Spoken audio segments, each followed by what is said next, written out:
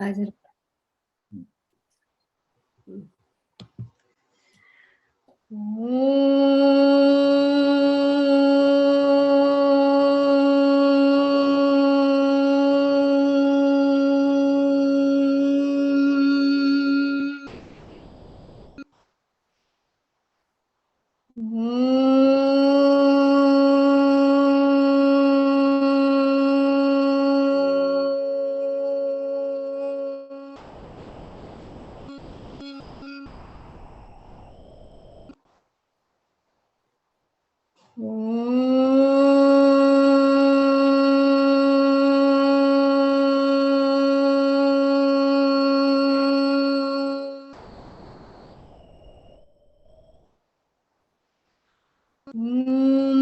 सहना भवतु सहनौ भुनक्तु सह वीर्यं करवावहै तेजस्विनावधीतमस्तु मा विद्विषावहै. ओम शांति शांति शांति. गुरुर्ब्रह्मा गुरुर्विष्णु गुरुर्देवो महेश्वरः गुरुः साक्षात् परब्रह्म तस्मै श्री गुरवे नमः. तस्मै श्री गुरवे नमः. तस्मै श्री गुरवे नमः. अलंकापुरी पुण्यभूमी पवित्र तिथे नांदतो ज्ञानराजा सुपात्र तया ठवीता महापुण्यराशी. नमस्कार माझा सद्गुरु ज्ञानेश्वरासी.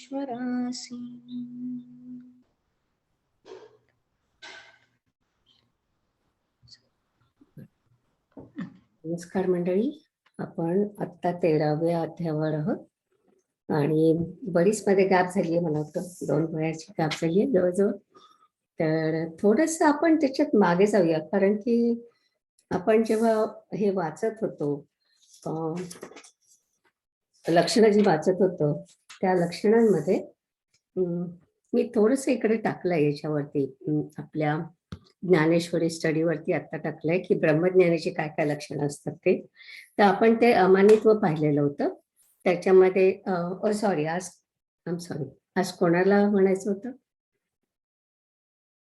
तुला कल्पना? ओके, हो हो सुरू कर मग आपण करूया. चालेल. मागच्या सेशन मध्ये आपण अध्याय 13 श्लोक 7 व त्यावरील 184 ते 306 ओव्यांचा अभ्यास केला आणि त्याचा सारांश लिहायचा मी प्रयत्न केलाय.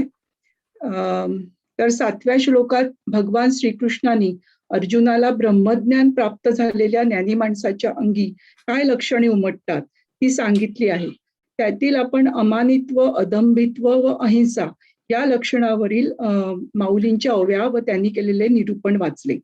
ही लक्षणे समजावून सांगताना माऊलींनी सर्वसामान्यांना समजतील अशा अनेक उपमा व उदाहरणे दिली आहेत. तर 184 ते 200 या ओव्यांमध्ये अमानित्व लक्षणाविषयी निरूपण केले आहे. त्यातील 191व्या ओवीत म्हटल्याप्रमाणे चातुर्य लपवी महत्व हरवी पिसेपण मिरवी आवडोनी, म्हणजे ज्ञानी लोक प्रसिद्धीपासून कसे दूर राहतात, स्वतःची विद्वत्ता, मोठेपणा त्याचा इतरांना कल्पनाही येऊ नये व लोक जर त्यास मान, मोठेपणा असं देऊ लागले तर त्यांना संकट अंगावर आले आहे असं वाटतं. तर माऊली म्हणतात, त्यांची पारध्यांच्या तावडीत सापडलेल्या हरणाप्रमाणे त्यांची स्थिती होते. ते मुद्दामून आपल्याकडे कमीपणा घेतात आणि त्यांच्याकडे अहंकार नसतो, त्यांना एकांत खूप प्रिय असतो. नंतरच्या पुढच्या 201 ते 216 या ओव्यांमध्ये अदंभित्व ची लक्षणं सांगितली आहेत. तर अहंकाराची पुढची पायरी म्हणजे दांभिकता, खोटेपणा, लोभीपणा, आणि त्याच्या विरुद्ध म्हणजे अदंभित्व. लोभी माणूस जसा आपले धन लपवलेली जागा, स्वतःचे प्राण गेला तरी सांगत नाही, तसे अदंभित्व अंगी असलेले ज्ञानी पुरुष आपण केलेले अफाट पुण्यकर्म कोणालाही दाखवत नाहीत आणि तोंडाने त्याचा उच्चारही करीत नाहीत. म्हणजे स्वकर्माची एक मिनिट थांब. अदांभिकत्व असं आहे ते. तर ओके, तू अदांभिकत्व म्हणते ना, काय म्हणते तू? अदांभिकत्व. अच्छा, मी अदांभिकत्व म्हणत होते, सॉरी. ठीक आहे, पण ते संस्कृतमध्ये त्यांनी अदांभिकत्व म्हटलंय. हा, म्हणजे ठीक आहे, अदांभिकत्व. ओके, म्हणजे मराठीत तसं घेतोय आपण, पण दोन्ही चालणार आहे. चल बर, जाऊया पुढे. ओके. इथे माऊलींनी दिलेले उदाहरण म्हणजे शेतकरी पेरलेले बीज मातीने झाकतो, तशी ही ज्ञानी माणसं आपण केलेले दान व पुण्य झाकून ठेवतात, त्याचा टेंभा मिरवत नाहीत किंवा त्याचा बाजार मांडित नाहीत. हे त्यावेळच्या कर्मकांडाला अतिमहत्व देणाऱ्या ब्राह्मणांना उद्देशून माऊलींनी लिहिले आहे. असा हा ज्ञानी माणूस दानधर्म करण्यात जितका उदार तितकाच विषयभोग करताना अति कंजूष व दरिद्री असतो.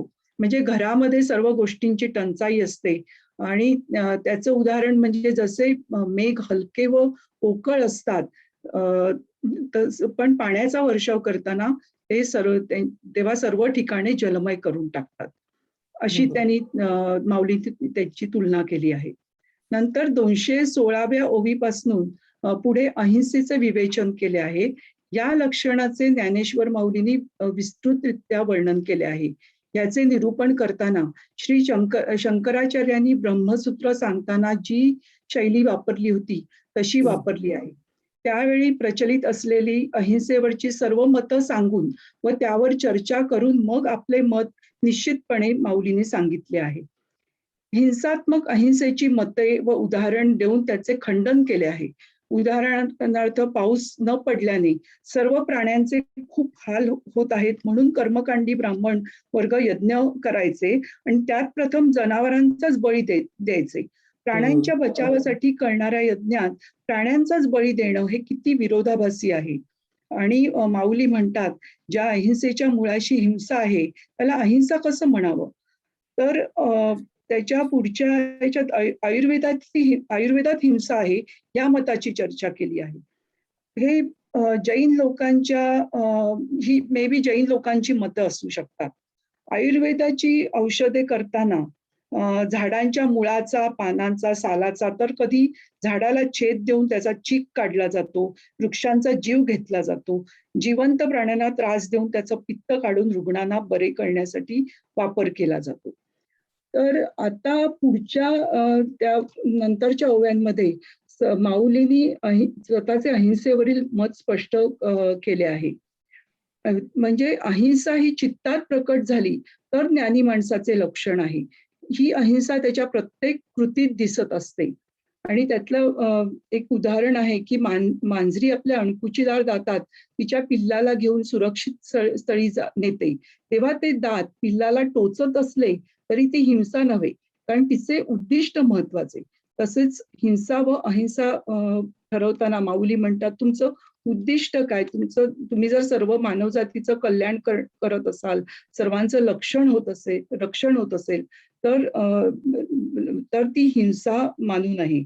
आणि ज्ञानी माणसांचं अहिंसेने वास्तव्य केलेल्या शरीराच्या आचरणाच्या रीतीवरून शरीरात अहिंसा राहत आहे असं जाणलं जातं. ही ज्ञानी माणसे इतक्या प्रेमाने आणि हळुवारपणाने आपले पाय भूमीवर ठेवतात की त्यांचे पाय जिथे लागतील तिथे लोकांना सुख मिळतं. त्यांचा श्वासोश्वासही खूप नाजूक रीतीने चालतो. त्यांचं मुख प्रीतीचे माहेर आणि दात हे जणू मधुरपणाला आलेले अंकुर आहेत. ही उपमा मला खूप आवडली. आणि ते बोलताना आधी प्रेम पाझरतं, मग मागून अक्षर येतात.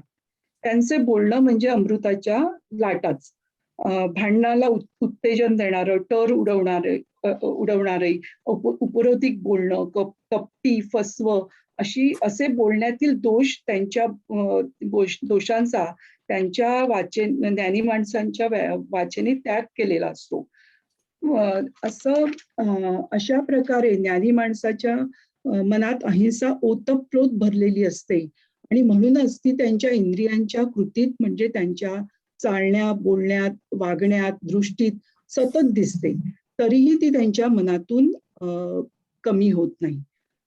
आणि चित्तात जणू काही चित्तात अहिंसेची भरती आली की चित्तच या इंद्रियांना आपल्या अहिंसा रूपी जलसंपत्तीने भरून टाकते. एवढं लिहिलंय. छान. म्हणजे तू आय थिंक तू 300 पर्यंत गेलीस बहुतेक त्याच्यामध्ये का? 305 हा, हा. Very good. आणि मग तेच मी म्हणत होते की त्याच्यापर्यंत गेली, पण आता तू जे वाचलंस ना की अहिंसेचं काय आहे, तर आपण नेहमी हिंसा म्हणजे ऍक्च्युअली किलिंग किंवा कोणाला तरी हर्ट करायचं अशा दृष्टीने म्हणतो, पण आता ह्यांनी आता तू जे वाचलंस ते खूप महत्वाचं आहे. 268 ओवीपासून त्यांनी सांगितलंय की सरळ आणि उपरोधिक बोलणं किंवा उपरोधिक बोलणं किंवा तंट्यास उत्तेजन देणं, प्राण्यात पाप उत्पन्न करण्यास वाहणं, टर उडवणं, टाकून बोलणं, वर्मास जोडणारे शब्द बोलणं, हे सगळं सुद्धा एक प्रकारची हिंसाच आहे. हट्ट, आवेश, कपट, आशा लावणं, संशयात पाडणं, फसवेगिरी, असं पूर्ण 268 पासून जवळजवळ 273 पर्यंत त्यांनी जे सांगितलंय ते पूर्ण अहिंसेची लक्षणं सांगितली आहे, हिंसेच्या याच्याप्रमाणे सांगून. तर म्हणून मग आपल्याला ती पण लक्षणं एकदा लक्षात घ्यायला पाहिजे. प्रत्येकाने ती लक्षणं वाचायला पाहिजे आणि आपल्या डोक्यात ठेवायला पाहिजे की अरे हो, आपण जर का कोणाला वाईट बोललो, काही असं बोललो, तर ती सुद्धा एक प्रकारची हिंसाच आहे. म्हणजे आपण अहिंसेच्या मार्गाने चाललो आणि मध्येच हे हिंसेचं आलं आहे. तर ते एक होतं. आणखीन काय लिहिलंय मी, हा 279. हा, तर ते मला वाटतं की फार सुंदर आहे हे. आणि नंतर 279 पासून ते 281 पर्यंत ब्रह्मज्ञानी पुरुषाच्या 2 अवस्था असतात. एक म्हणजे आत्माकार अवस्था, म्हणजे त्यांना सगळीकडे ईश्वराशिवाय दुसरं काहीच दिसत नाही. आणि दुसरी म्हणजे व्युत्थान अवस्था, तर तिथे त्यांना पूर्णपणे ऐहिक जगातून मन निघालेलं असतं, पूर्णपणे निघालेलं असतं, पण तरी सुद्धा समाजासाठी ते काहीतरी करत असतात. तर आपण ही आता ज्ञानेश्वर महाराजांची अवस्था बघतो आहे, ती मला जास्त व्युत्थान अवस्थेकडे वाटते, कारण ती ब्रह्मविद्येचा सुकाळू करू आणि आपण याच्यासाठी माऊलीसाठी काय काय करू, हे सगळं त्याच्यामध्ये त्यांनी सांगितलेलं आहे. म्हणून मला वाटतं की त्यांचं ब्रह्मविद्येचा सुकाळू याच्यावरून तरी मला असं वाटतं की ज्ञानेश्वरांची आत्ताची जी अवस्था आहे ती म्हणजे व्युत्थान अवस्था आहे. आणि 292 ओवी जिथे आहे त्याच्यात त्यांनी म्हटलं आहे की त्याचा अर्थ बरोबर म्हणते. सॉरी, आधी ती असते आणि मग नंतर हे होते असं म्हणताय? नाही, त्यांनी म्हटलं 2 अवस्था असतात ब्रह्मज्ञानी पुरुषाच्या. तर पहिली अवस्था जी आहे ती व्युत्थान अवस्था आहे आणि शेवटी त्यांची जी होते ती आत्माकार अवस्था होते. तर आधी व्युत्थान आणि मग आत्माकार, बरोबर आहे. तर त्या 2 अवस्था आपल्याला 279 पासून 281 पर्यंत अशा सांगितलेल्या आहेत. म्हणून म्हटलं ते पण आपण थोडंसं एकदा पुन्हा डोळ्याखालून घालायला पाहिजे. तर आणि 291 मध्ये त्यांनी जे म्हटलं आहे की आता मन तयाचे सांगो म्हणे जरी साचे, तरी सांगितले कोणाचे विलास हे. म्हणजे त्याचं मन खरोखर सांगतं म्हणून जर म्हटलं तर ते आतापर्यंत जे व्यापार सांगितले ते कोणाचे होते, तर ते सगळे आपल्या सांगते जी सर्व भाग्यलक्षणे सांगितली होती ती मूर्तिमंत मनच आहे असं समज. म्हणजे ज्याप्रमाणे भुईत पेरलेलं बी तेच वर वृक्ष होतं, त्याप्रमाणे मनच इंद्रियाद्वारा पसरले आहे. परंतु मनातच जर अहिंसा नसेल तर बाहेर कशी येईल. तर हे पण एक खूप महत्वाचा विचार आहे की 3 प्रकारच्या त्यांनी अहिंसा सांगितल्या आहेत, मनाची, बुद्धीची आणि शरीराची. मला ते बघू द्यायचं. हा, मनाची, देहाची आणि वाचेची असं त्यांनी सांगितलं आहे. तर त्या तिन्ही प्रकारच्या हिंसा त्यांचा त्याग करायला पाहिजे आणि म्हणजे मग अहिंसा होतं.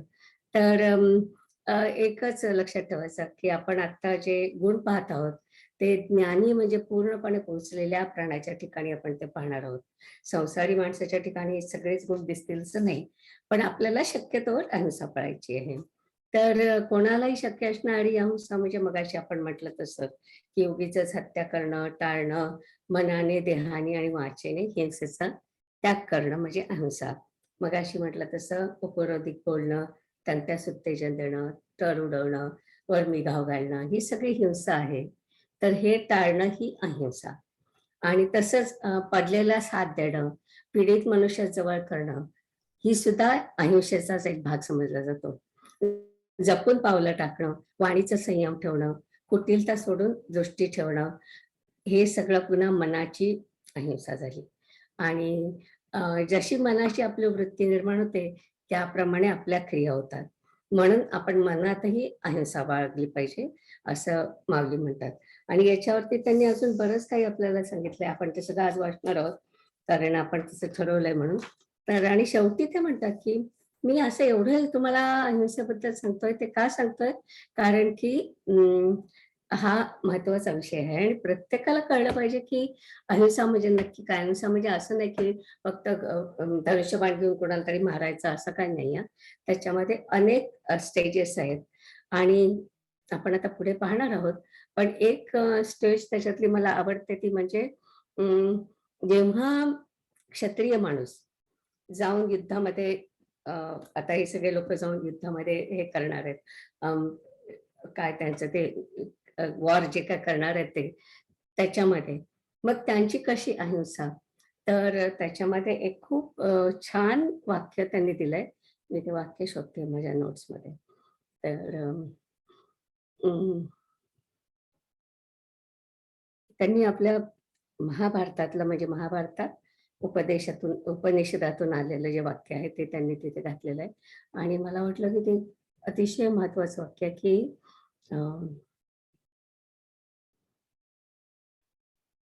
बरं आपण तिथे आलो की मग ते सापडेलच कुठेतरी. नोट्समध्ये नुसतं मी अशा लिहिलेल्या आहेत लाईन्स फक्त. विनाशाय दुष्कृत ते नाही ते नाहीये. एनिवे ते आपलं आलं की मी तुम्हाला सांगते त्याच्याबद्दल. नक्कीच येईल आता कारण आपण ते सगळं वाचणार आहोत. तर आता 307 पासून आपण वाचतो ना. वंदना तुला काहीतरी प्रश्न होता त्याच्याबद्दल? 307 बद्दल? नाही. ओके, आपण मग वाचायला लागू. आधी तू हे वाचणार आहेस ना अर्थ? हो.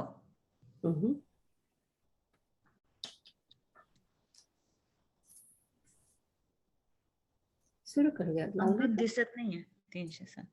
हो हो बरोबर आहे. हा 307 या बाजूला. हे फार बोलणे राहू दे. पंतोजी ज्यावेळी मुलाचा हात धरून त्याला अक्षरांची ओळी काढावया शिकवतो त्यावेळी मुलाचा हात धरून पंतोजी आपणच स्पष्ट अक्षरांच्या ओळी लिहितो. त्याचप्रमाणे मनाने आपले दयाळुत्व हातापायात आणले व मग तेथे म्हणजे हातापायांच्या ठिकाणी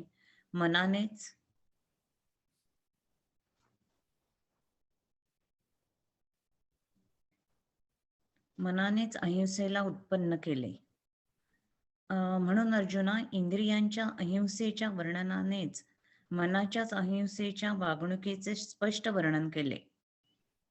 त्याप्रमाणे मनाने, देहाने, वाचेने सर्व हिंसेचा त्याग झालेला त्याच्या ठिकाणी तुला दिसेल. तो पुरुष ज्ञानाचे विस्तृत मंदिर आहे असे समज. हे राहू दे, तो पुरुष म्हणजे केवळ ज्ञानाची मूर्तीच होय. ही अहिंसा आपण कानाने ऐकतो अथवा जिथे ग्रंथांचा आधार घेऊन आपण निरूपण वर्णन करतो, ती अहिंसा डोळ्यांनी पाहावी अशी इच्छा जेव्हा उत्पन्न होईल तेव्हा त्या पुरुषालाच पाहावे.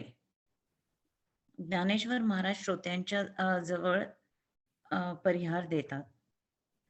असे जे देव म्हणाले ते मी वास्तविक एका शब्दाने सांगावे, परंतु माझ्या सांगण्याचा फार विस्तार झाला. याबद्दल मला आपण क्षमा करावी.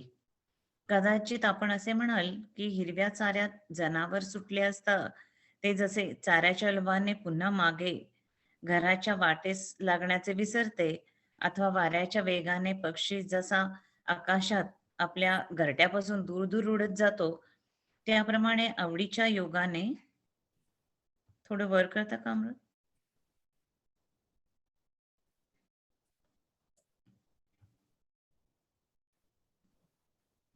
लास्ट कुठे आहे ते? 314 314 वर होते. त्याप्रमाणे आवडीच्या योगाने. त्याप्रमाणे आवडीच्या योगाने स्फुरण येऊन वेगवेगळ्या रसांचा स्वाद मिळाल्याने माझी बुद्धी वाहवत गेली, ती आवरत नाही. तर ऐका महाराज, तसे नाही. आता विस्तार करण्याला कारण आहे. नाहीतर अहिंसा हे पद 3 अक्षरांचे आहे. अहिंसा म्हणण्यास थोडी आहे, परंतु जेव्हा कोट्यावधी मतांचा विचार करून त्याचे खंडन करावे, तेव्हा महाराज ती स्पष्ट होते. एरवी प्राप्त झालेल्या अन्य मतांचे निरसन न करता अंगाच्या जोराने तुम्हाला पुढे बोलतो, तर ते चालणार नाही. रत्न पारखणाऱ्या लोकांच्या गावात गंडकी कसोटीचा शालिग्रामासारखा दगड रत्न म्हणून विकली जाईल असे वाटत असेल, तर ती गाठोड्यातून सोडून बाहेर काढावी.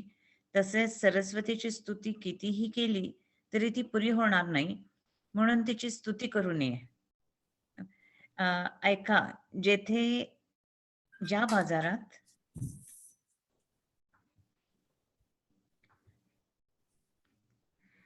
कापराला वास मंद आहे असे म्हणतात, त्या बाजारात कापूर म्हणून पिठाची विक्री कशी होईल? म्हणून महाराज, ज्या सभेमध्ये बोलकेपणाच्या आवेशाने बोलण्याच्या जवळीक पसंती मिळणार नाही. सर्वसाधारण अशी अहिंसेची कल्पना व निरनिराळ्या मतांप्रमाणे अहिंसे संबंधीचे विशेष कल्पना यांचा कालवा करून जर मी बोललो, तर ते व्याख्यान आपण आपल्या कानाच्या मुखांकडे नेणार नाही, कानाच्या मुखांकडे नेणार नाही.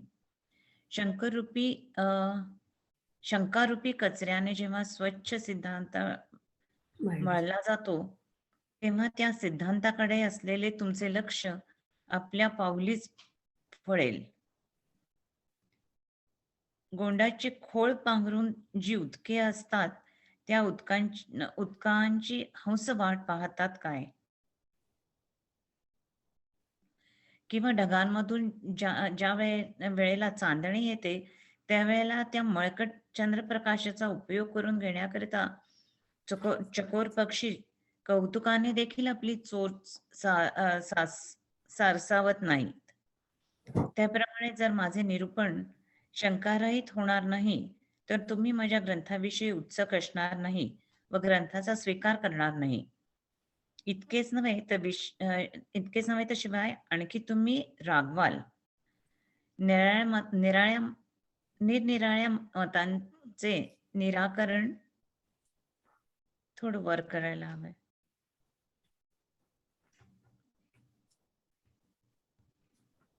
निराकरण न करता जर अहिंसेचे व्याख्यान केले, तर त्या व्याख्यानात आक्षेपाचा संबंध दूर होणार नाही. त्यामध्ये शंकेचा पुष्कळ जागा राहतील व महाराज, तसले व्याख्यान मला तुमची प्राप्ती होऊ देणार नाही. आणि माझे ग्रंथ रचने तर याच हेतूचे आहे की तुम्ही संतांनी नेहमी प्रसन्न होऊन समोर असावे. एरवी तुम्ही खरोखरच गीतार्थाचे चाहते असाल असे समजून मी गीतेचा आश्रय केला, तिला जीवासारखी प्रिय मानून तिचे व्याख्यान करू लागलो. जी आपली सर्व मालमत्ता पूर्ण कृपा आहे, ती द्याल व हिला गीतेला सोडवून न्याल, म्हणून गीता हा खरोखर ग्रंथ नव्हे, तर माझ्याजवळ तुमचे ते तारण आहे. अथवा तुम्ही आपल्या सर्वस्वाचा लोभ धराल व तारणाचा अव्हेर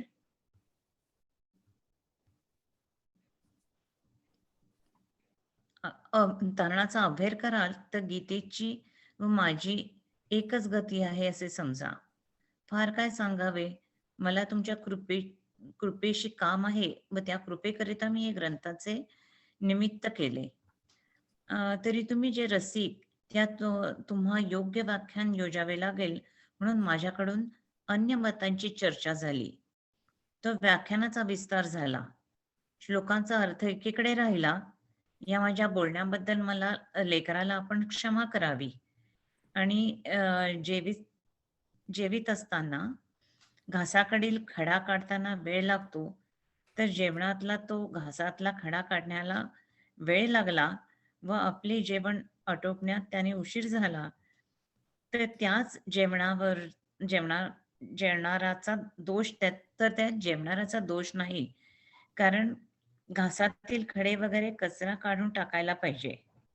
अथवा सोबतीच्या संभावित चोराला चुकवून आल्यामुळे घरी येण्यास मुलाला जास्त दिवस लागले, तर आईने मुलावर रागवावे किंवा तो जिवंत घरी आला म्हणून त्याच्यावरून मीठ मोहऱ्या वगैरे ओवाळून त्याची दृष्ट काढावी.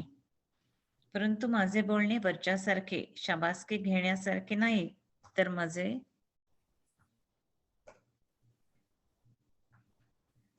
माझे बोलणे पाळलेले होते व ते तुम्ही सेवन केले हे म्हणणेच बरे. तर आता महाराज ऐका, ते असे बोलले. इथे थांबते. आणि आता पुन्हा हे ओळ वाचते आधी.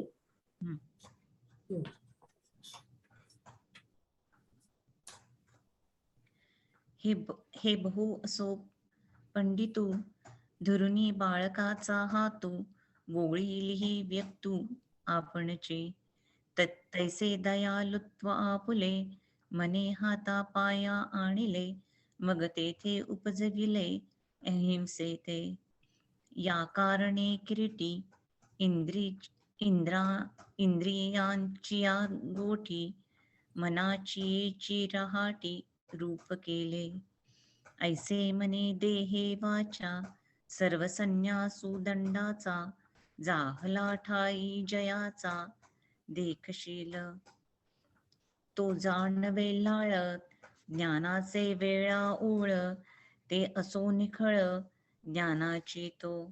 जे अहिंसा काने ऐकिजे, ग्रंथाधारी निरूपिजे, ते पहावी हे उपजे, तो तेची पहावा. ऐसे म्हणितले देवे, ते बोले एके सांगावे, परी फाकला हे उपसाहावे तुम्ही मज. म्हणाल हिरवे चारी गुरु, विसरले मागील मोहर धरू, का वारे लागे पाखिरू गगनी भरे. तैसिया प्रेमाची आस्फूर्ती, फावलिया रसवृत्ती, वाहविला मती आकळेना. तरी तैसे नो हे अवधारा, कारण आहे विस्तारा, एरवी पदतरी अक्षरा तिहीचे जे. अहिंसा म्हणती थोडी, परी तेची होय जी उघडी, जै लोटीजती कोटी मतांचिया. एरवी प्राप्ते मतांतरे, थांतबुनी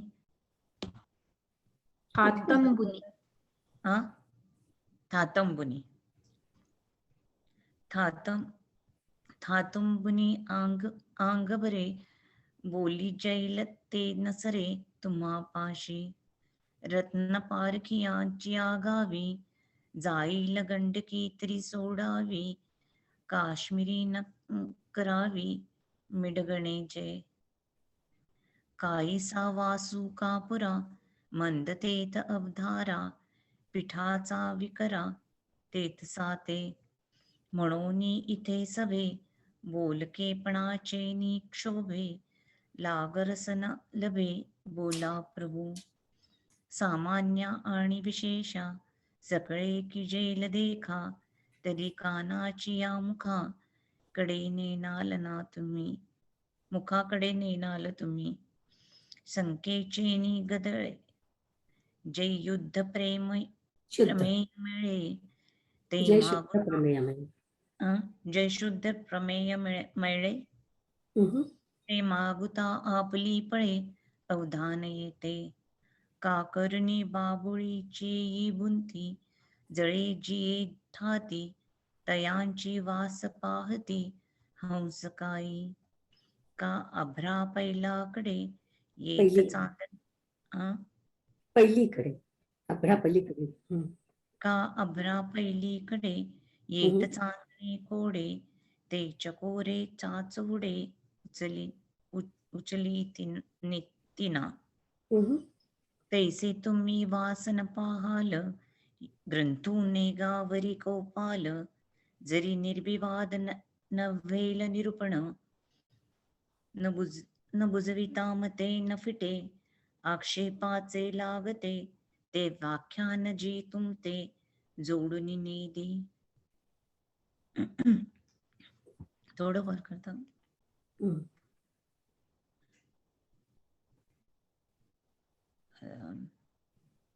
आणि माझे तव आघवे ग्रथन येण्याची भावे, ते तुम्ही संती हो आवे सन्मुख सदा. एरवी तरी चाचोकारे, तुम्ही गीतार्थाचे सोझरे, जाणून गीता सोयरे म्हणजे नातेवाईक आपण म्हणतो. सोयरे. सोयरे. तुम्ही गीतार्थांचे सोयरे, जाणून गीता जीवसरे धरिली मिया. जे आपले सर्वस्व द्याल, मग इये ते सोडवून न्याल, म्हणून ग्रंथू नवे बोल साचची हे. का सर्वस्वाचा लोभू धरा,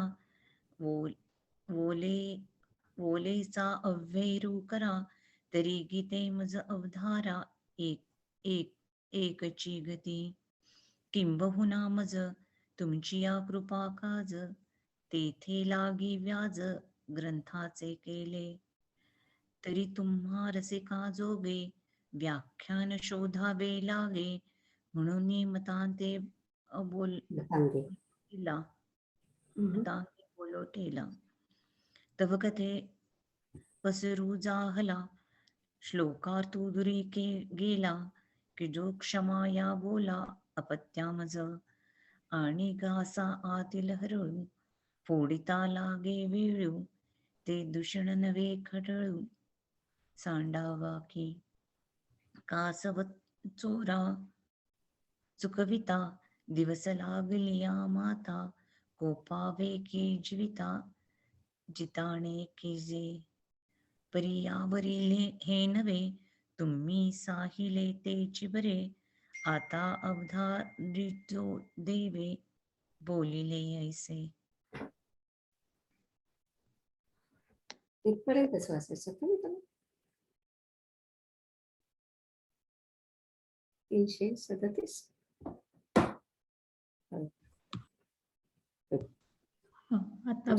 मला एक म्हणजे माहिती नव्हतं म्हणून मला काढायचं होतं. गोंडाची खोळ पांघरून जी उदके असतात, त्या उदकांची हंस वाट पाहतात काय.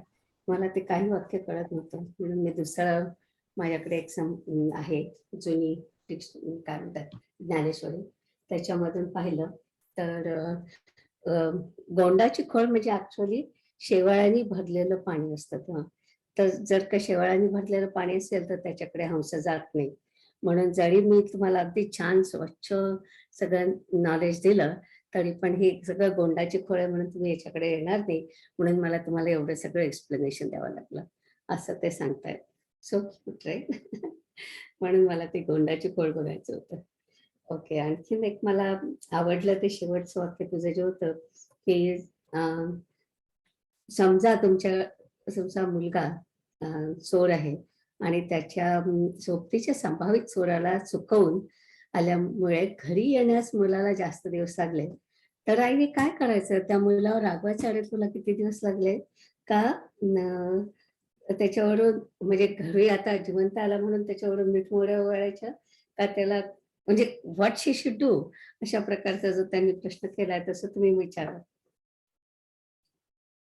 म्हणून तसं काय विचारू नये म्हणून मी आपलं तुम्हाला सगळं सांगून टाकलं की हेही चांगलं आहे तेही चांगलं आहे, त्याच्यातून आपण काय घ्यायचं. तर आता मला हे सापडलं. अहिंसा सत्यवचनम सर्वभूत हितम परम असं आपल्या महाभारतात सांगितलंय. तर जर म्हणजे जेव्हा आता तुमच्याकडे असं काही सगळंच चांगलं सगळंच वाईट नसतं, काही चांगलं असतं आणि काही थोडं चांगलं असतं. तर त्याच्यामधून ज्याच्यामध्ये जास्त लोकांचं रक्षण होत असेल तो मार्ग लोकहिताप्रमाणे सर्व लोकहिताप्रमाणे आपण ठरवायचा. आणि मगाशी कोणीतरी म्हणलं विनाशाळेचे दुष्कृतम, ते त्यातून साध्य होऊ शकतं. आणि ते कसं साध्य होऊ शकतं तर तुम्हाला निरक्षीर विवेक ठेवून तिथे विचार करायला पाहिजे की खरोखरच आता याच्यात समजा माझे पितामह जाणार आहेत, माझे सगळे नातेवाईक जाणार आहेत आणि शिवाय एवढे सगळे लोक मरणार आहेत, इज इट वर्थ इट. आणि तो विचार त्यांनी आधीच केलेला होता, बरेच वेळा केलेला होता. महाभारत वाचत 5-6 वेळा हा विचार झालेला आहे या युद्धाच्या आधी. तर ते सगळं केल्यानंतर त्यांनी ठरवलं की नाही, दुर्योधनाच्या हातात जर का सत्ता दिली तर ते सर्व भूत हितम परम होणार नाही. आणि म्हणून मग त्यांनी हे युद्ध करायचं ठरवलं. तर ते पण मला वाटतं की फार सुंदर विचार तिथे सांगितलं की फक्त चांगलं काय वाईट काय असं दरवेळेस आपल्याला असं एकदम असं क्लिअर कट असं दिसत नाही ना. कधी कधी चांगलं आणि थोडं चांगलं किंवा वाईट आणि थोडं चांगलं असं सुद्धा असू शकतं. म्हणजे बॉर्डर लाईनवरच्या ज्या गोष्टी असतात आणि त्याच्यामध्ये खरोखरच खूप विचार करण्यासारखा हिंसा आणि अहिंसाबद्दल आपण आता इथे थोडंसंच बोलतो आहोत. पण आणि ती आता पंतोजींची तू उपमा वाचलीस वंदना, ती पण खूप छान होती की पंतोजी ज्यावेळी मुलाचा हात धरून अक्षर काढायला शिकवतात तेव्हा खरं म्हणजे मुलगा लिहितच नसतो, पंतोजीच लिहित असतो. तर तसं आपल्या हातातून काही कृती झाल्या, आपल्या पायातून काही कृती झाल्या तरी त्याची ऍक्शन जी असते ती मनातून होत असते. वृत्ती जी आहे अहिंसा किंवा हिंसा वृत्ती ही मनात उत्पन्न होत असते. म्हणून मनाने, देहाने आणि वाचेने हिंसेचा त्याग करायचा म्हणजे अहिंसा, असं त्यांनी सांगितलं त्याच्यात. ते पण मला खूप आवडलं उदाहरण. ओके, आता जाऊया पुढे.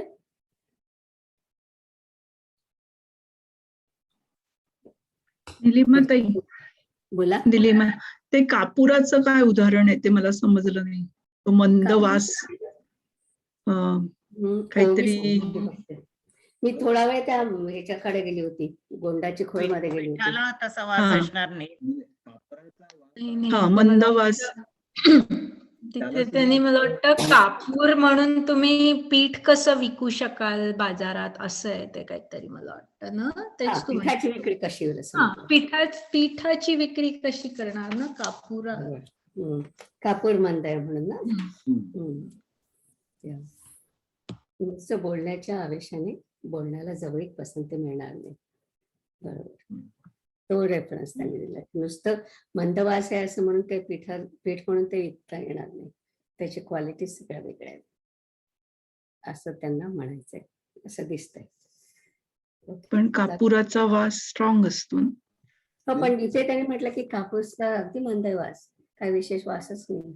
आपल्या इथे मिळतो ना कापूर तसा असंच कापूर मिळतो की त्याला वास नाही घाणत काहीच नसतं. तशा प्रकारचा कापूर असेल तर तो पीठ करून विकता येईल एखाद्या वेळ, पण तसं नाही. वॉज इट ऍक्च्युली मला वाटलं ते उलट होतं निलिमाताई. काय म्हणतात कापूर विकायचा आणि त्याच्याऐवजी म्हणजे कापूर म्हणून तुम्ही मंद वासवाला पीठच विकायला घेतलं. ओके, उलट मी म्हटलं. उलट म्हणतात. हा, मी उलट म्हटलं, करेक्ट. हा, तसं म्हणायला पाहिजे होतं. कोण वाचता येतं माझ्याकडे ना, थोडस आज गडबड होते. आज विजयाताई वाचतायत. आता पुढचं विजयाताई आहात ना. दिसत आहे मला इकडे खाली. कुठे होतं विजयाताई तुम्ही म्यूट वर आहात का. 338 ते 67 आपल्याला वाचायचं आहे विजयाताई.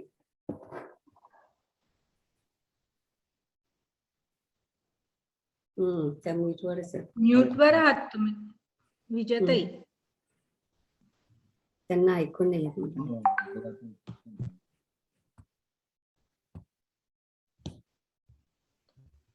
आता बरोबर आहे विजयाताई, आता वाचा.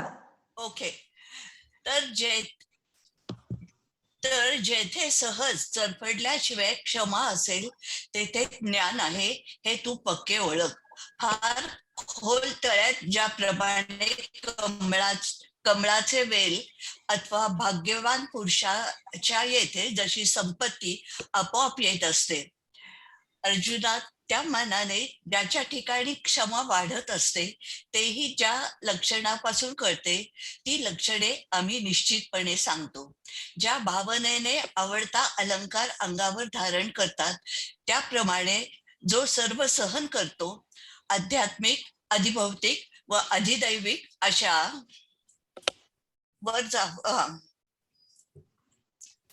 अशा तोंड पाहून प्रकाश करीत नाही किंवा मुख्य 3 प्रकारच्या तापांचं इथपासून अशा मुख्य 3 प्रकारच्या. नाही, मग अजून वर हे करायला पाहिजे. नाही तुम्ही ह्या बाजूचा वाचा, डाव्या बाजूचा. तुम्ही डाव्या बाजूचं. Okay, sorry. मुख्य 3 प्रकारच्या तापांचे समुदाय आहेत. ते सर्व जरी एकदम त्याच्यावर कोसळले तथापि जो डगमगत नाही, इच्छा असलेली एखादी वस्तू मिळाली असता जेवढा संतोष होतो तेवढ्या संतोषाने अनपेक्षित वस्तू प्राप्त झाली असता तिचा आदर करतो. जो मान व अपमान मनाच्या सारख्या स्थितीने सहन करतो व सुखदुःखे ही ज्याच्या ठिकाणी सारखी मानली जातात व निंदा आणि स्तुतीने ज्याच्या मनाची स्थिती 2 प्रकारची, दुःखाची व संतोषाची अशी होत नाही. उन्हाळ्याने जो तापत नाही व हिवाळ्याने जो कापत नाही आणि काही जरी प्राप्त झाले तरी तो भीत नाही. मेरू पर्वत आपल्या शिखरांचे जसे ओझे मानित नाही अथवा वराह अवतार ज्याप्रमाणे पृथ्वीला ओझे म्हणत नाही, त्याप्रमाणे अनेक चराचर प्राण्यांनी पृथ्वी जशी दडपली जात नाही त्याप्रमाणे नाना प्रकारच्या सुखदुःखादी द्वंद्वे प्राप्त झाली असता जो श्रमी होत नाही. प्राण्याचे लोट घेऊन नदी व नद यांचे समुदाय आले.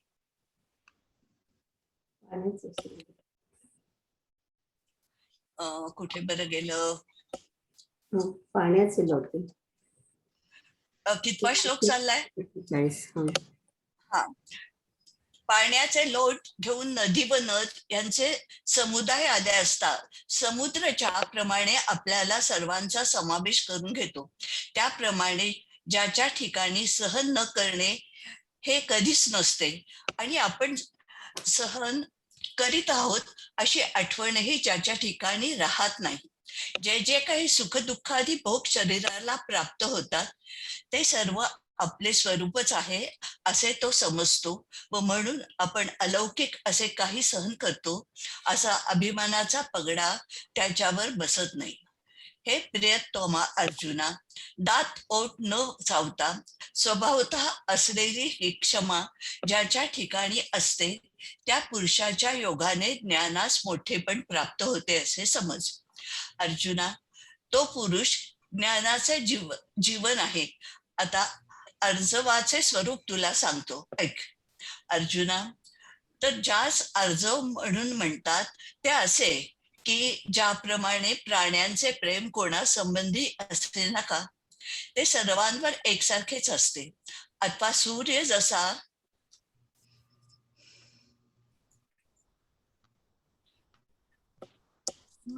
जसा पडते आणि पाण्यासारखी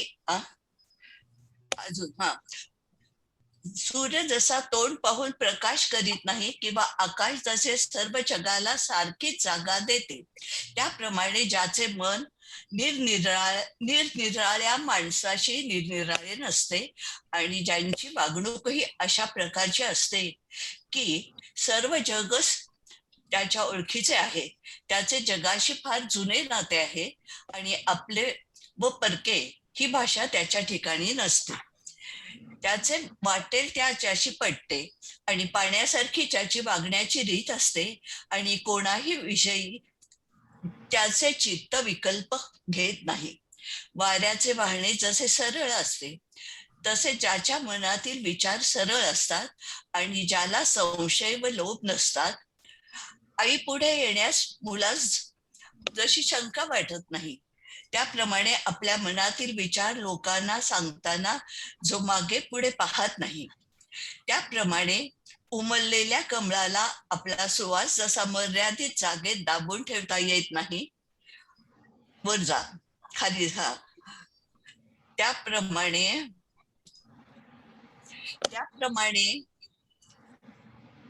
उमललेल्या कमळाला आपला सुवास जसा मर्यादित जागेत दाबून ठेवता येत नाही, त्याप्रमाणे ज्याचा जीव कोणा कोपरा जाणतच नाही, म्हणजे ज्याच्या अंतःकरणाला गुप्त जागा माहीत नाही. रत्नांचा निर्मळपणा असतो, पण त्यांच्यापेक्षा त्याच्या किरणांच्या निर्मळपणा त्याच्या पुढे असतो.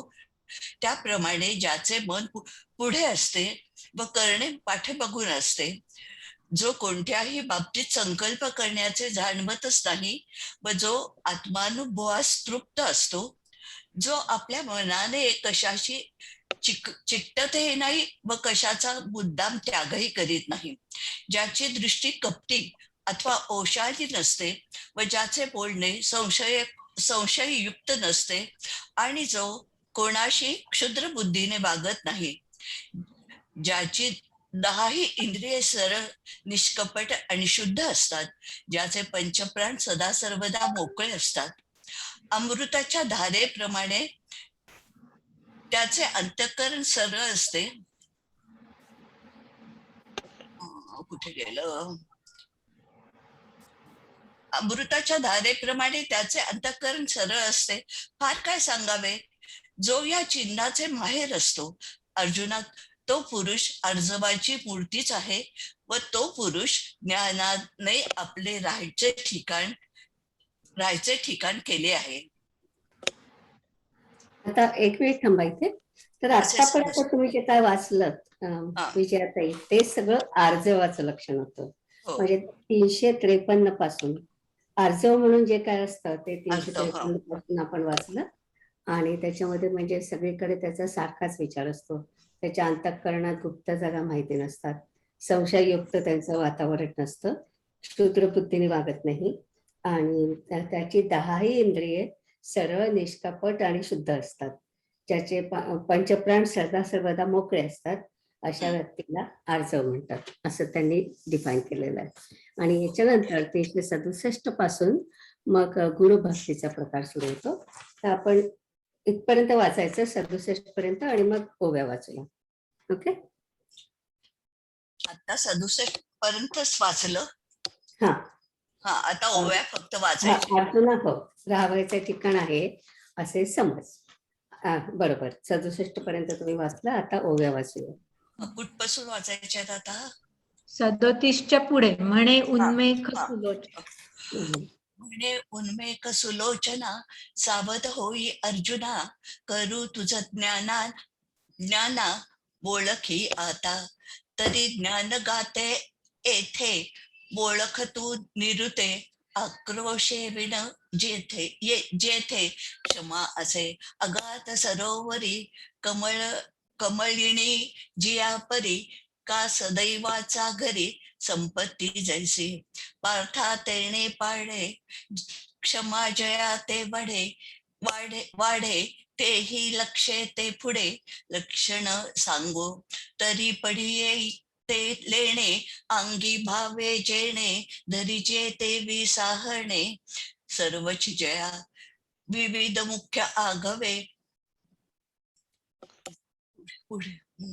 उपद्रांचे मेळावे, वरी पडिलिया नवे, वाकुडा जो अपेक्षित पावे, ते जेणे तोषे मानवे, अनपेक्षिता ही करवे, तोच मानू जो मानापमाना ते, साहे सुख दुःख जेथे असामाये, निंदा स्तुती नोहे दुखंडू जो, उन्हाळे नीत जो न तापे, हिमवंती न कापे, कायसे निही न वासिपे, पातले या स्वशिखरांचा भारू नेणे जैसा मेरू धरा यज्ञ सुकरू बोचे न म्हणे नाना चराचरी भूती दाटली नवे क्षती तैसा नाना द्वंद्वी प्राप्ती घोमे जना घेऊन जळाचे लोट आलिया नदी नंदाचे संघाट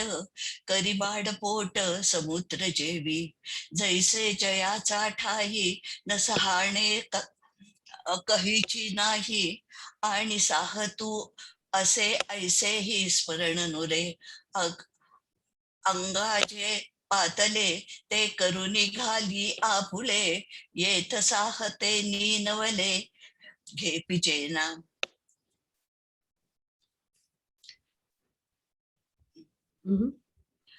जो पुरुष पांडवा ज्ञानाचा बोलावा आता परिस आर्जवा रूप करू तरी आर्जवते ऐसे प्राणांचे सौजन्य जैसे आवडे तयाची दोषे एकची गा का तोंड पाहुनी प्रकाशू न करी जेवी चंडांशू जया एकुची अवकाशू आकाश जैसे तैसे जयाचे मन माणुसा प्रती आन आन नवे आणि वर्तन ऐसे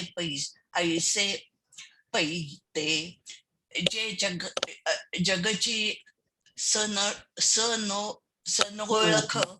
सनोळख म्हणजे काय सनोळख हा जगेसी जुनाट सोयरिक आप पर हे भाक जाणणे नाही भलतेने सिही मेळू पाण्या ऐसा ढाळू कवणे विखी आडळू मेघे चित्त वार्याची धाव तैसे सरळ भाव शंका आणि हाव नाही जया माये पुढे बाळका रिगतान पडे आवका तैने मन देता लोका नालोचिजो पाकलिया इंदिरावरा परिवारू नाही धनुर्धरा तैसा कोण कोपरा नेणे जीव ओखाळपण रक्तांचे रत्नावरी किरणांचे तैसे पुढा मन जयांचे करणे पाठी आलोच जो नेणे अनुभवची जो गावणे धरी मोकळी अंतःकरणे नवेची जया. वर जातो दीठी नोहे मिणधीर बोलणे नाही संदिग्ध कवणेसी हीन बुद्धी रहाटी जे ना दाहा ही इंद्रिये प्रांजळे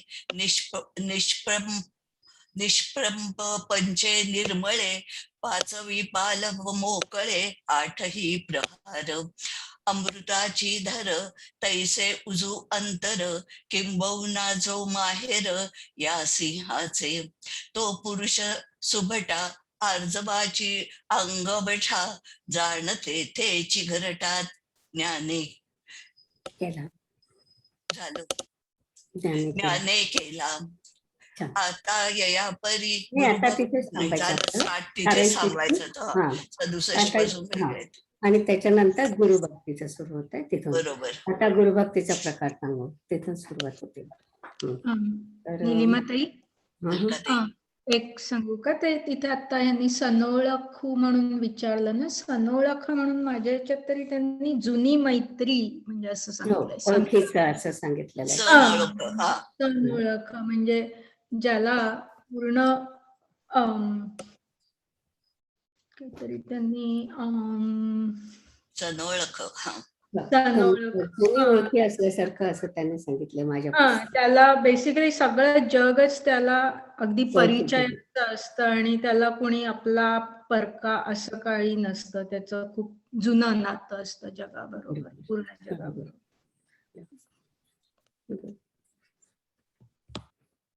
आता पुढचं आहे तर त्याच्यामध्ये कोण वाचते? अलका वाचते. मी वाचते. वाचू? आता यानंतर गुरुभक्तीचा प्रकार सांगू. हे चतुरांचा राजा तो तू ऐक. ही गुरुसेवा सर्व भाग्यांची उत्पन्न होण्याची जमीन आहे व जी सेवा शोकग्रस्त जीवाला ब्रह्म करते. ती गुरुभक्ती आता तुला स्पष्ट सांगितली जाईल. मात्र तू तिकडे एकवटून लक्ष दे. तरी सर्व जलसंपत्ती घेऊन गंगा ही जशी समुद्रात प्रवेश करते, अथवा वेद जसे ब्रह्मपदात प्रविष्ट होतात, अथवा आपल्या जीवासह व आपल्या अंगाच्या गुणावगुणासह सरसकट आपल्या स्वतःला पतिव्रतेने उत्तम प्रकाराने आपल्या पतीस दिले, त्याप्रमाणे ज्याने आपले अंतर मनाधिक व बाह्य इंद्रियाधिक गुरुकुळाला अर्पण केले व आपल्याला गुरुभक्तीचे घर केले आहे, ज्याप्रमाणे विरहिणीच्या चित्तात प्रियकर असतो, त्याप्रमाणे ज्या देशात गुरुचे घर असते, तो देश ज्याच्या मनात असतो, गुरुच्या देशाकडून जो वारा येत असेल,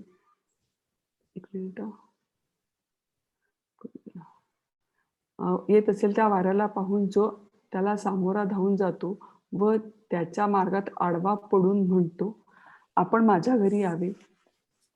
सद्गुरूविषयीच्या खऱ्या प्रेमाने जो वेडा झाल्यामुळे ज्याला त्या दिशेची बोलणे आवडते व जो आपल्या जीवाला गुरुच्या घरात बिराजदार करून ठेवतो, परंतु वासरास दोरीने बांधून ठेवल्यामुळे त्याच गायीकडे जाण्याची इच्छा असूनही जसे हालता येत नाही, त्याप्रमाणे गुरुची आज्ञा हेच कोणी एक दावे त्याने देहात बांधून टाकल्यामुळे त्याला एकट्याला आपल्या गावी राहावे लागून गुरुच्या गावाकडे धाव घेता येत नाही. तो म्हणतो, ही गुरु आज्ञारूपी दाव्याची गाठ केव्हा सुटेल व केव्हा तो स्वामी भेटेल. तो गुरुच्या वेगात जाणाऱ्या निमिषाला युगाहून मोठे मानतो.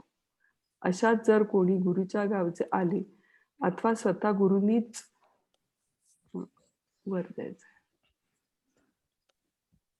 अथवा गुरुनीच पाठवले तर जसे मरावयास टेकलेल्या पुरुषाला आयुष्य प्राप्त व्हावे, अथवा सुकणाऱ्या अंकुरावर जशा अमृताच्या धारा पडाव्यात, अथवा डबक्यातला मासा जसा समुद्रात यावा, अथवा दरिद्री पुरुषाला जसा द्रव्याचा ठेवा सापडावा, किंवा आंधळ्याला जशी पुन्हा दृष्टी यावी, अथवा भिकाऱ्याला जसे इंद्रपद मिळावे, त्याप्रमाणे गुरुकुळाच्या निमित्ताने मोठा आनंद झाल्यामुळे ज्याला आपण इतके वाढलो असे वाटते की आकाशाला आपण सहजच कवटाळू.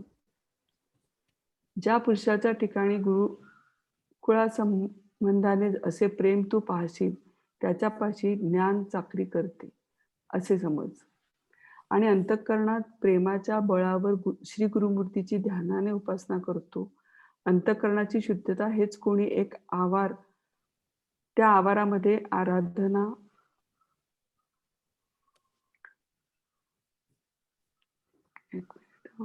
आराधना करण्याला योग्य जो गुरु त्याची प्राणप्रतिष्ठा करतो व मग काया वाचा व मनाने श्री गुरुचा लवाजमा आपण बनतो, अथवा ज्ञानाच्या आवारात असणाऱ्या आनंदाच्या देवळामध्ये गुरुरूपी लिंगाला ध्यानरूपी अमृताचा अभिषेक करतो. बोधरूपी सूर्य उगवताच बुद्धिरूपी टोपलीत अष्टसात्विक भाव भरून तो त्याची लाखोली श्री गुरुरूपी शंकराला वाहतो. पवित्र काल ह्याच कोणी शिवपूजनाच्या 3 वेळा त्यात जीवपण रूपी धूप जाळून ज्ञानरूपी दिव्याने निरंतर ओवाळतो. गुरुला ऐक्यभाव रूपी नैवेद्य नेहमी अर्पित राहतो व आपण पूजा करणारा गोसावी होऊन गुरुला शंकराची पिंडी करतो, अथवा जीवपण रूपी शय्येवर गुरुला पती करून भोगतो. अशी प्रेमाची आवड त्याची बुद्धी बाळगते. कोणा एका वेळी मनात गुरुविषयी प्रेम भरले की त्याला त्या प्रेमाला क्षीरसमुद्र असे नाव देतो. त्या प्रेमरूपी क्षीरसागरामध्ये ध्येय जे गुरु त्याच्या ध्यानापासून होणारे जे अपार सुख, ते सुखच शेषरूपी शुद्ध गादी समजतो व त्यावर श्री विष्णूप्रमाणे जलशयन करणारे श्री गुरु आहेत असे समजतो. श्री गुरुरूपी विष्णूच्या पायाची सेवा करणारी लक्ष्मी आपणच होतो व आपणच गरुड होऊन पुढे उभा राहतो. आपणच श्री गुरुरूपी विष्णूच्या नाभी कमळात जन्म घेतो म्हणजे ब्रह्मदेव होतो. श्री गुरुमूर्तीच्या प्रेमाने असे ध्यानसुख अंतःकरणात अनुभवितो. एखाद्या वेळी आपल्या भावाच्या बळाने गुरुला आई मानतो व मग आपण त्या आईच्या मांडीवर स्तनपानाच्या सुखाने लोळतो. अथवा अर्जुना, चैतन्यरूपी झाडाच्या खाली गुरुला गाय कल्पून आपण तिच्या पाठीमागे असणारे वासरू होतो. गुरुच्या प्रेमरूपी जळात आपण मासोळी आहोत, कोण्या एका वेळेला अशीच कल्पना करतो. गुरुकृपेच्या ठिकाणी अमृताच्या वृष्टीची कल्पना करतो व आपल्या ठिकाणी सेवावृत्ती रूपी रोपाची कल्पना करतो, असे संकल्प त्याचे मन करते. डोळे उघडले नाहीत व पंख फुटले नाहीत असे पक्षाचे पिलू आपणच होतो. त्याच्या प्रेमाचे अमर्यादपण कसे आहे. गुरुला पक्षिणी करतो व आपण पिल्लू बनलेला तिच्या चोचीतून चारा घेतो. गुरुला पोहणारा करून आपण त्याच्या कासेला लागतो. किती छान उपमा दिली. हो ना. इथपर्यंतच वाचायचे ना मी, हो, 400 हो. पर्यंत. 400 पर्यंत.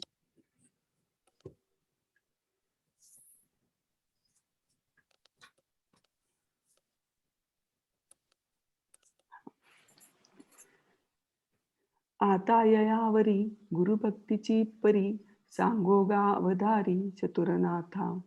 आघवियांची दैवा जन्मभूमी हे सेवा, जे ब्रह्म करी जीवा शोचांते. ते आचार्योपास्ती प्रगटी जैल तुझ प्रती, बैसोदे एक पांती अवधानाची. तरी सकळ जळ समृद्धी, घेऊनी गंगा रिघाली उदती, की श्रुती हे महापदी पैठी जाहाली. नाना वेळ टाळुनी जीविते, गुणागुण उखिते, प्राणनाथा उचिते दिधले प्रिया. तैसेच भाय आपुले, जेणे गुरुकुळी भोपिले, आपण पे केले भक्तीचे घर. गुरुगृह जिये देशी, ते देशुची वसे मानसी, विरहिणी का जैसी वल्लभाते. तिये कडून येतसे वारा, देखोनी धावे सामोरा, आडपडे म्हणे घरा विजय किजो. साचा प्रेमाची भुली, तया दिसेची ही आवडे बोली, जीवथाना पती करुणी घाली गुरुगृही जो. परिगुरु गुरु आज्ञा धरिले, देहगावी असे एकले, वासरुवा लाविले दावे जैसे. म्हणे कै हे बिरडे फिटेल, कै तो स्वामी भेटेल, युगाही हुनी वडील निमिषमानी. ऐसे या गुरुग्रामीचे आले, कासवये गुरुनीच धाडिले, तरी गतायुष्या जोडिले आयुष्य जसे. का सुकतिया अंकुरा, वरी पडलिया पियुषधारा, नाना अल्पोदकीचा सागरा आला मासा. ना तरी रंके निधान देखिले, आंधळिया डोळे उघडले, भणंगाचिया अंगा आले इंद्रपद. तैसे गुरुकुळीचेनी नावे, महासुखे अति थोरावे, जे कोडे ही पोटाळावे आकाश का. पै गुरुकुळी ऐसी, आवडी जया देखसी, जाण ज्ञान तया पासी, पायकी करी. आणि अभ्यंतरी लियेकडे, प्रेमाचे नि पवाडे, श्री गुरुचे रूपडे उपासी ध्यानी. हृदय शुद्धीचा आवारी, आराध्यू तो धरू करी, मग सर्व भावेसी परिवारी आपण होय. कायच्या चैतन्याची ये पोवळी, माझी आनंदाचा रावळी, गुरुलिंगा ढाळी ध्यानामृत. उदयी जता बोधारका, बुद्धीची ढाल सात्विका, वरुणी त्र्यंबका लाखोली वाहे. काळशुद्धी त्रिकाळी, जीवदशा धूप जाळी, ज्ञानदीपे वोवाळी निरंतर. सामरस्याची रससोय, अखंड अर्पितू जाय, आपण भरडा होय गुरुतो लिंग. नातरी जीवाची ये सेजे, गुरुकांतू भरुनी भुंजे, ऐसी प्रेमाची भोजे बुद्धी वाहे. कोणे एके अवसरी अनुरागू भरे अंतरी. हितया नाव करी शिराब्धी. तेथ ध्येय ध्यान बहु सुख. तेची शेष तुली निर्धोख. वरी जलसेनु देख भावी गुरु. मग वोगळती पाय लक्ष्मी आपण होय. गरुड होऊनी उभा राहे आपणची. नाभी आपणची जन्मे ऐसे गुरुमूर्ती प्रेमे. अनुभवी मनोधर्मे ध्यान सुख. एका धेनी वेळे गुरुमाय करी भाव बळे. मग स्तन्य सुखे लोळे अंकावरी. नातरी गा किरीटी चैतन्य तरु तळवटी. गुरुधेनु आपण पाठी वत्स होय.